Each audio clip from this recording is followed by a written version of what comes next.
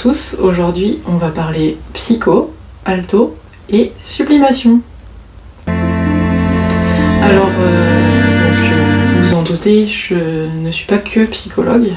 Voilà, je sors et je mange et je bois et je fais des activités en dehors de mon métier et donc je suis altiste. Alors justement, altiste ça veut dire quoi? J'ai souvent des questions quand comme ça, l'air de rien, je parle à des gens que je rencontre et qui ne me connaissent pas.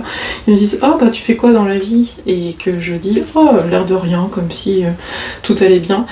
Et ben moi je fais de l'alto. Les gens me regardent et ils me disent de quoi? De l'alto? Mais qu'est-ce que c'est? Et ben justement j'aimerais bien un petit peu aujourd'hui faire une vidéo qui change un petit peu peut-être moins sérieuse et vous parler de mon instrument, de l'alto. Qu'est-ce que c'est? Parce que j'en ai marre qu'on me demande à chaque fois que je dis que je suis altiste, qu'est-ce que c'est? Donc aujourd'hui vous allez savoir une bonne fois pour toutes ce qu'est l'alto. On a tendance à comparer l'alto au violon, et ça agace les altistes. Alors par pitié, si maintenant quand vous croisez un altiste, ne dites pas « Ah mais en fait tu fais juste un truc qui ressemble à du violon et c'est juste plus gros ». Et oui, l'alto il est effectivement plus gros que le violon, il est aussi plus grave. Donc alors là ça va être un petit peu teinté forcément par ma perception un peu militante pour l'alto, parce que je suis une joueuse d'alto depuis plus de 15 ans, et donc oui, le son de l'alto et du violon ne sont pas les mêmes. Le son de l'alto est plus beau, oui, enfin, je suis pas neutre, hein. Et on a beau les comparer, ils sont apparus dans la création quasiment en même temps. Donc en fait, quand on dit que ce qui me dérange, c'est quand on dit que l'alto c'est un violon mais en plus gros et en plus grave, c'est que ça donne l'impression qu'on a créé l'alto en fonction du violon, alors que non, pas du tout. Les deux, ils sont nés à peu près en même temps en Italie, voilà, je vais pas vous ressortir toute l'histoire, mais à l'époque des luthiers, on a créé les deux en même temps, donc en fait l'un n'est pas issu de l'autre, et donc ça serait totalement faux de penser que l'alto est issu du violon. Non, l'alto est un instrument à part, et c'est pas le grand frère débile, parce que c'est un peu comme ça qu'on le présente, du violon. Non, c'est pas ça. L'alto, donc il est plus grand et plus grave, il est différent. Et si je vous le montre, ce que je vais vous faire là à l'instant, parce que je l'ai pris avec moi, si je vous le montre là, vous allez me dire, eh ben oui, ça ressemble son truc là, on dirait un violon. C'est vrai que comme ça, pour la personne qui ne connaît pas l'instrument, il apparaît comme quelque chose qui ressemble très fort à un violon, mais c'en est pas un. C'est bien un alto.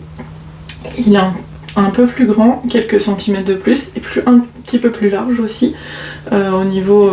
Enfin voilà, j'ai pas de violon pour vous faire la comparaison, parce que forcément je ne suis pas violoniste, donc je n'ai pas de violon. Et donc il ressemble, mais il ne l'est pas. Et il sent terriblement bon, j'adore renifler mon alto, j'ai un problème. Il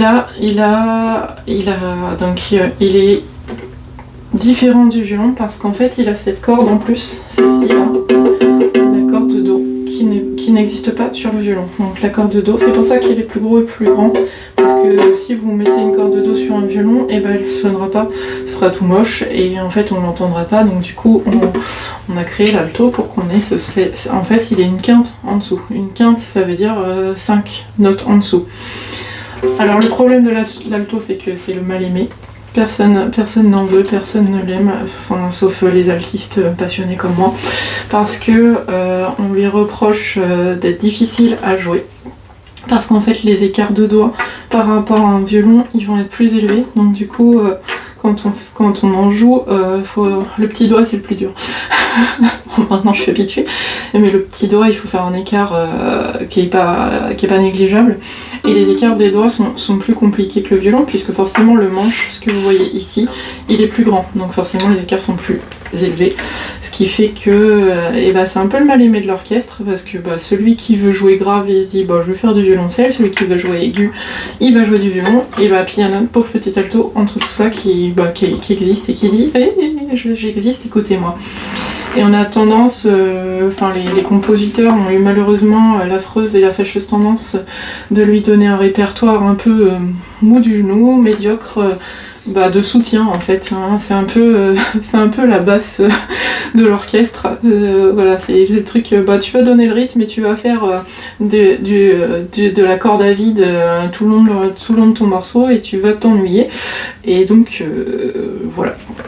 Moi, je trouve qu'il faut lui redonner ses petites lettres de noblesse à notre alto. Et il a un son qui est vraiment unique. En fait, c'est ce que disent en général les luthiers, pour avoir fait un stage en lutherie quand j'étais jeune, c'est que il est imparfait. Et c'est ça qui le rend parfait et unique, cet alto. C'est le seul instrument des instruments à cordes frottées où il va y avoir plusieurs tailles en entier. Donc entier, c'est la taille de l'instrument pour les adultes en fait. Et c'est le seul qui va avoir 3 tailles. Donc moi j'ai la taille la plus petite parce que j'ai beau être grande, je reste un peu pas si grande que ça. Et c'est surtout pour la légèreté du truc, parce que vous imaginez qu'un alto à porter sur une épaule comme ceci, pendant tout un orchestre qui dure, des fois j'ai des concerts qui ont duré plus de 5 heures, enfin répète et orchestre compris, c'est lourd à porter, ça peut faire mal à la petite épaule, donc du coup moi j'ai pris la taille plus petite, mais il a 3 tailles, l'entier, donc il peut être un tout petit peu plus grand et encore un tout petit peu plus grand, et c'est le seul et l'unique. C'est le seul et l'unique parce que comme je vous dis, il est vraiment imparfait. Il est imparfait, et ce qui est bien, c'est que les luthiers, quand ils le construisent, cet alto, c'est qu'ils peuvent plus s'éclater qu'avec un violon, parce que le violon c'est hyper carré, on peut pas dépasser d'1 millimètre, sauf que l'alto, on peut jouer sur la grosseur là en bas, sur là aussi, sur l'espace, ce qui est pas trop le cas pour un violon. En fait, le violon, comme souvent, c'est les mesures elles sont telles et on va pas pouvoir un peu magouiller quoi.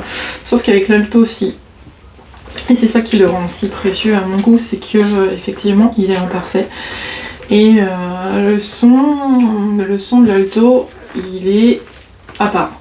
Le son du violon, il est hyper clair, il vous rentre dans l'oreille. Alors moi je vais me faire des ennemis, mais j'aime pas le son du violon parce que je le trouve justement trop pur, trop presque trop cristallin. Ce qui n'est pas du tout le cas pour l'alto, en même temps il est plus grave. Donc après on peut aller dans les aigus avec un alto. Moi j'aime pas cette corde là, celle-ci. Et bien souvent on va me dire que c'est pas si aigu que ça, mais pour moi c'est déjà trop aigu. Mais du coup le son de l'alto, je trouve qu'il est plus chaud, plus doux, et qu'il a plus de charme. Il a presque un côté un peu rocailleux que le violon il va pas avoir. Pas du tout même, parce que justement le violon il est très lisse, que l'alto il a un petit côté un petit peu brut, mais je le trouve quand même à la fois brut mais tranquille. Alors c'est assez qui est hyper apaisant, et voilà, quand je dis que je suis amoureuse de mon instrument, je pense que vous l'entendez. Il y a énormément de blagues sur les altistes, parce que souvent les gens qui font de l'alto c'est par défaut, et malheureusement je vais faire que le confirmer, ça a été mon cas. J'ai fait de l'alto parce qu'il n'y avait plus de place dans les violons, et donc on m'a dit tu vas faire de l'alto. Donc moi j'ai découvert, en même temps j'étais toute petite quand j'ai voulu me lancer en musique, j'avais quel âge ? 5 ans je crois quand j'ai commencé, et donc il n'y avait pas de place au violon, donc je me suis dit écoute, moi je savais pas faire la différence à l'époque, maintenant Maintenant ça va, je sais faire cette différence, mais effectivement j'avais pas cette notion que ça existait, je savais même pas que ça existait. Bon, à 5 ans en même temps, je vais faire de l'alto, vous l'entendez jamais. Et donc du coup on fait beaucoup de blagues sur les altistes, comme quoi c'est un peu des violonistes ratés.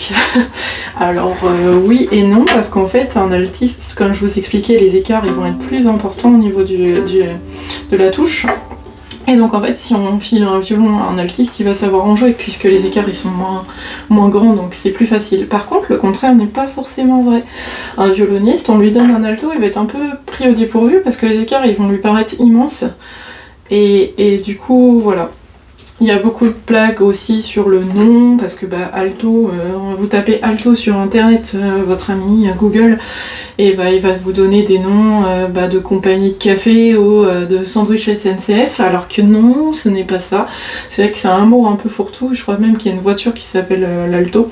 Et en fait les gens, quand vous dites alto, ils pensent pas tout de suite à l'instrument de musique, ils pensent à alto, la voix d'alto à la rigueur. Ils pensent des fois même au saxophone alto. Et du coup, des fois, moi, pour me faciliter la vie, m'en prendre la tête, je dis que je suis du violon, même si ça m'irrisse le poil. Mais voilà. Ce qui est bien, c'est que je trouve que les altistes, ils ont un gros sens de l'humour. Donc je me lance des fleurs au passage, mais mes collègues et moi, je trouve que on a, à force de dire ouais tu fais cet instrument-là parce que voilà t'as fait ça au pif un peu. Et non, en fait, on n'a pas fait ça au pif. Et les blagues, on les prend plutôt bien, on en rigole. Et c'est plutôt sympa.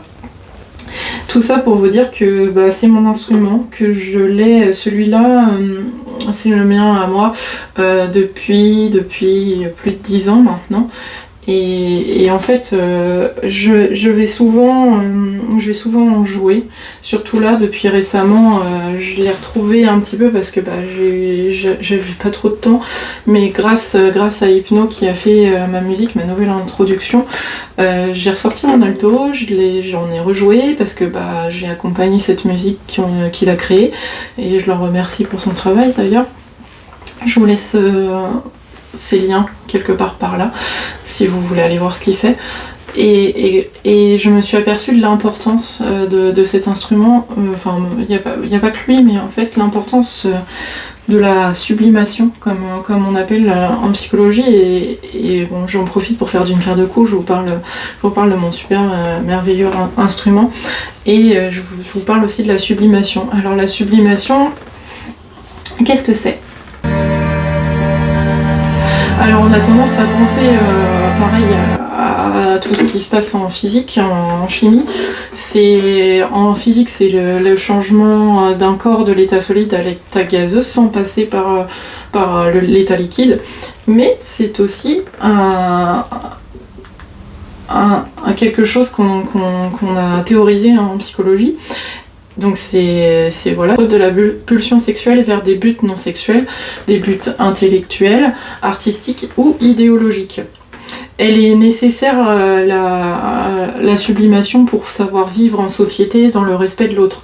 Alors, par exemple, moi, des fois, dans ma vie du quotidien, ça va pas.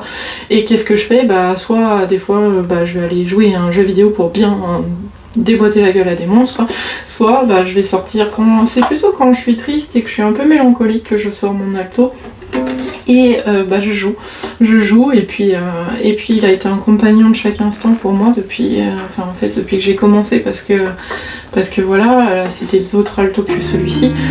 Mais c'est aussi du compte que ce petit bonhomme là, ce petit père, il m'avait beaucoup aidé dans ma sublimation, et je voulais partager ça avec vous parce qu'on a tous, je pense que tout musicien comprend, ça a été vraiment un compagnon de route. Vous pouvez même pas imaginer, je le perds, je pense que ça serait vraiment terrible pour moi. Et il a été créé pour moi, c'est un luthier qui l'a fait. Et je l'ai choisi, et vraiment il fait partie de ma vie comme je sais pas, vous pourriez être amoureux de quelqu'un, et moi c'est vraiment lui qui a toujours été là pour moi. c'est en général quand ça va pas, quand je suis triste et que je suis d'humeur un peu maussade, que j'ai une sale journée, je le sors et je joue. Et là, ça va tellement mieux. Enfin, et en fait, on l'utilise tous, la sublimation. C'est un élément hyper important de notre quotidien. C'est un peu... alors l'image que j'aime bien, c'est comme si vous avez une rivière qui coule. Et qui continue de couler, bah, y a un gros rocher qui la bloque, et bah, elle continue de couler, elle va aller vers le côté et elle contourne l'obstacle. Et bah, nous aussi, des fois, il y a des moments où ça va pas, et pour contourner et pour aller mieux, et bah, on trouve des solutions.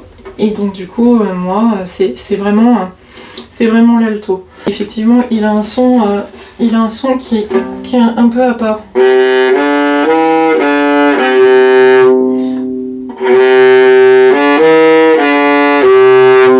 Donc ce son-là que vous n'aurez pas du tout chez un violon, puisque c'est la corde de Do. Voilà.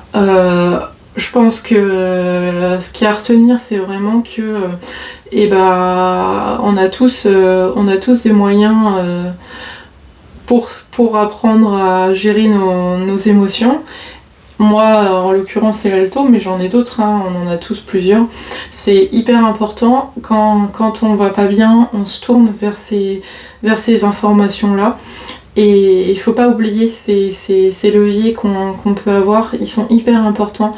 Donc quand vous allez pas bien, que vous aimez, je sais pas, le sport, la musique, dessiner, peindre, que sais-je, et bah hésitez vraiment pas. Il y a des gens peut-être qui vous comprendront pas, mais si vous saviez à quel point c'est hyper précieux, il faut sublimer, il faut qu'on aille vers la pulsion de vie.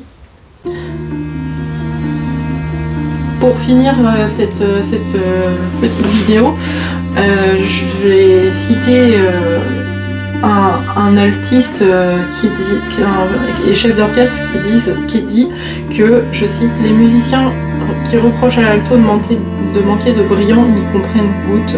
Il est capable de puissance au grave bien plus qu'on ne le croit, surtout de puissance tragique et de profondeur.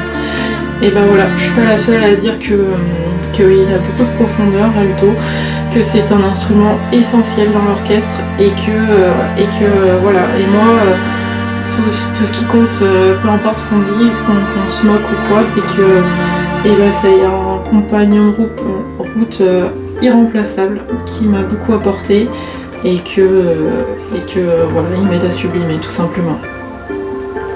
Je vous remercie de m'avoir regardé, et si vous avez des questions sur l'alto, sur d'autres choses, des thèmes que vous voulez aborder, n'hésitez pas. Vous pouvez vous abonner aussi, éventuellement, si ça vous intéresse, si mes vidéos vous plaisent. Et encore une fois, je vous remercie de m'avoir regardé, m'avoir écouté. Je vous dis à mercredi prochain. Au revoir.